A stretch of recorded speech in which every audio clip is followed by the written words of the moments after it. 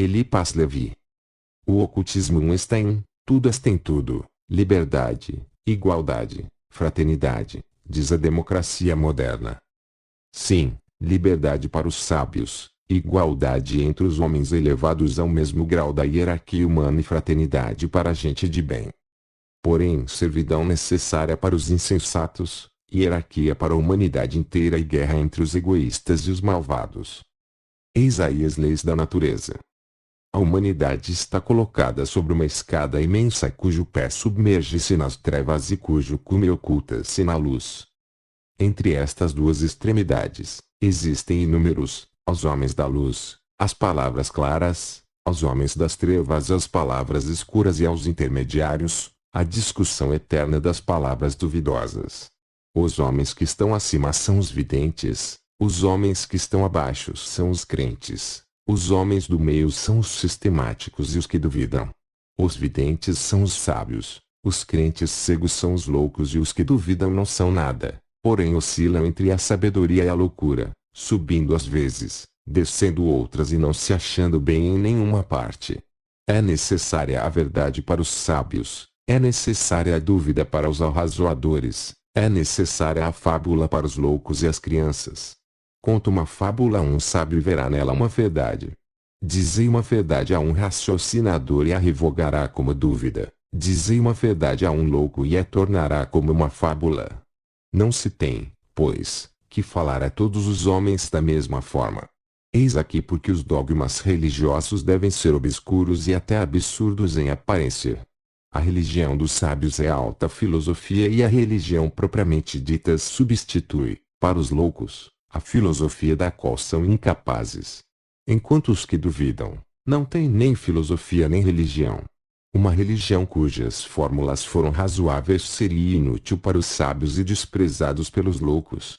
A melhor religião, ou seja, a mais apropriada às necessidades da estupidez humana, deve ser, pois, a mais obscura e a mais absurda de todas e é isto que faz a superioridade incontestável do catolicismo romano. Para os sábios, esta religião sublime é uma irmã de caridade. Para os loucos, e a infalibilidade pessoal do Papa. Para os arrazoadores, é uma estupidez. Mais forte, porém, e mais vitoriosa que a sua pretendida razão. Não se dá a religião aos loucos com razões, eles precisam de fórmulas ininteligíveis e práticas minuciosas que os ocupem sem que tenham necessidade de pensar. E não se pode nem sequer fazer-lhes aceitar a razão senão sob a máscara do mistério e da loucura. Se Moisés tivesse demonstrado aos judeus que a higiene é necessária para a saúde, os judeus teriam ficado cheios de parasitas e de lepra. Em lugar de fazê-lo, ele prescreveu-lhes abluções legais em certas horas e com certas cerimônias. Deixou-lhes crer que Deus ocupava-se de suas vestimentas e de suas vasilhas. É necessário purificar os vasos, quebrar os recipientes que se têm impregnado de ar viciado ou que têm servido durante muito tempo, não ter relações com uma mulher durante seus períodos, etc. Tudo isto unicamente porque Deus o ordena e tais devem ser as práticas de seu povo privilegiado. Os rabinos têm sobrepujado a Moisés e têm dado às observações legais um caráter de tirania e de absurdidade que é a própria força do judaísmo e que o tem feito se conservar através das idades, apesar das perseguições do fanatismo e os progressos da filosofia. Eis aqui o que deveriam compreender os livres pensadores. Quando o Papa Pio IX, por haver ensaiado conciliar a fé e o progresso, a religião e a liberdade, viu-se expulso da sua cidade e da sua cadeira pelos companheiros de Garibaldi e os agitadores de Mazzini, viu que tinha percorrido um caminho falso. Compreendeu do absolutismo, que se a fé relaxava-se, é porque tinha necessidade, que se a autoridade eclesiástica debilitava-se é porque carecia de mais profundos mistérios e de mais inexplicáveis absurdidades. Então canonizou a São Labre, proclamou a Imaculada Conceição e publicou a Sílabus. O gênio sacerdotal reconheceu então nele seu verdadeiro mestre e os bispos reunidos em Roma estiveram dispostos a proclamá-lo infalível. O que a Igreja precisa não é homens de gênio diretores hábeis e, sobretudo santos, ou seja, magnetizadores entusiastas e observadores. Os homens de gênio jamais foram católicos, Eram anglicanos, cristista, jansenista, romântico, socialista, e, ainda agora os que perturbam a igreja. São os homens de talento, são todos homens notáveis que possuem o gênio do século e não têm o do sacerdócio. As opiniões humanas buscam em vão aniquilar o que a natureza conserva. Fala-se de religião natural, porém, a mais natural das religiões é a mais absurda, já que é muito natural que os homens caiam no absurdo quando querem formular o desconhecido. Falai de sabedoria às crianças e farão caretas e pensarão em croquemitine, porém, contai-lhes pele de asno e vereis como escutarão. Vós dizeis que as crianças cresceram. Sem dúvida, porém, haverá sempre outras crianças. Não arrazoeis sobre cores com os cegos, se não conduzi-os, e não fecheis os olhos para deixar conduzir-vos por eles. Os oráculos que se recebem de olhos fechados são aqueles dos sonhos ou da mentira. Entre os hebreus, quando se queria fazer o falar a Deus tirava-se a sorte, procedimento simples, porém ingênuo. Entre os cristãos tem-se colocado primeiro, as respostas de Deus maioria de votos nos concílios, sem refletir muito no pequeno número de eleitos e no grande número de loucos. Tem-se chegado a fazer depender o oráculo de Deus do desejo do Papa. O concílio de Nicéia decidiu que o Filho de Deus é com seu Pai, o qual é, segundo a expressão do Evangelho, supersubstancial, ou seja, por cima de toda a substância. O concílio de Éfeso declarou que Deus tem uma mulher por mãe. O Papa Pio IX quis que esta mulher tivesse sido concebida sem pecado, o que faz depender o pecado original do capricho de Deus, já que pode executar aquele que melhor lhe parecer.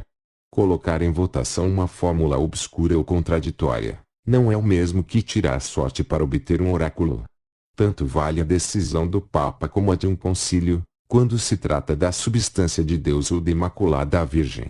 E, se trata de saber o transcendere in vacum bombinans possit comender secundas intentiones, se o Papa diz, sim, eu não terei força de dizer não, e se ele diz não, nada me provará que seja sim o que se devia dizer. Porém, que por semelhantes questões os príncipes e os povos possam armar-se uns contra os outros é o que não se poderá suportar mais, uma vez que os homens chegaram a ter um pouco de razão. Sendo o infinito um absurdo que se afirma invencível frente à ciência, precisam-se fórmulas absurdas para manter no homem que não arrasou o grande sonho do infinito.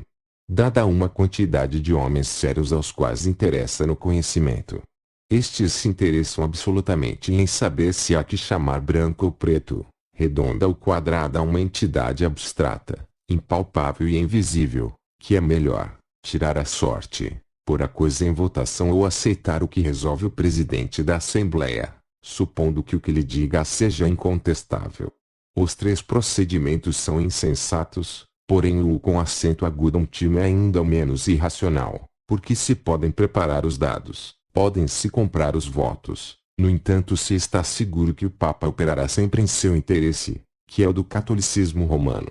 Buscando a Deus no absurdo encontra-se ao diabo, porém, procurando ao diabo não se encontra a razão. Analisai a Deus e ao diabo do vulgo. Nesta análise encontrará no Deus o ideal poetizado do diabo e no diabo a caricatura de Deus. Para alcançar o Santum Regatum 4 coisas são indispensáveis: querer, saber, ousar e calar, uma inteligência esclarecida pelo estudo, uma audácia que nada faz parar, uma vontade que nada quebra e uma discrição que nada pode corromper ou inebriar. É preciso saber para ousar, é preciso ousar para querer, é preciso querer para ter um império e para reinar em seu império é preciso calar. Elifas Levi, que a humanidade possa viver na luz, com a luz e para a luz, que assim seja e assim é. Namastê. Texto extraído do livro de meu mestre Elifas Levi, Livro dos Sábios, adaptado para esta edição por inspiração da Federação Galáctica ao Viajante das Estrelas, ao mestre Elifas Levi e à Federação Galáctica meu eterno amor e gratidão. Com amor pela humanidade e por todas as manifestações de vida. Imagens reeditadas por Sérgio Carvalho. Produzido e adaptado por Sérgio Carvalho. Sérgio Carvalho 48 @hotmail.com Viajante das Estrelas.